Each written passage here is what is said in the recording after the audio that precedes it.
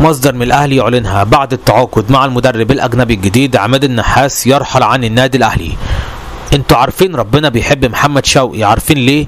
لانه من بداية الموسم كده طلعوا من وسط الفشلة اللي في النادي الاهلي وحطوا في نادي زد، نادي هيعرف يوفر له كل سبل الراحة وكل سبل النجاح.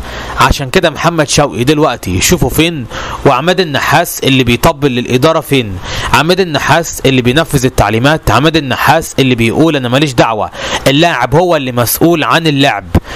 يعني كده معنى كلام النحاس ان زيزو لعب غصب عنه، يعني معنى كده بقى خلاص الماتش اللي جاي مثلا يجي بقى اي لاعب تاني، حسين الشحات مثلا، يلعب غصب عن عماد النحاس، ويطلع بعد كده النحاس يقول لنا كده زي الطفل الكيوت انا ماليش دعوة، اللاعب هو اللي مسؤول عن مشاركته، وكأن مثلا عماد النحاس ده مش مدير فني، لا كيس جوافة قاعد على الدكة كده، اي لاعب عاوز ينزل يلعب غصب عنه.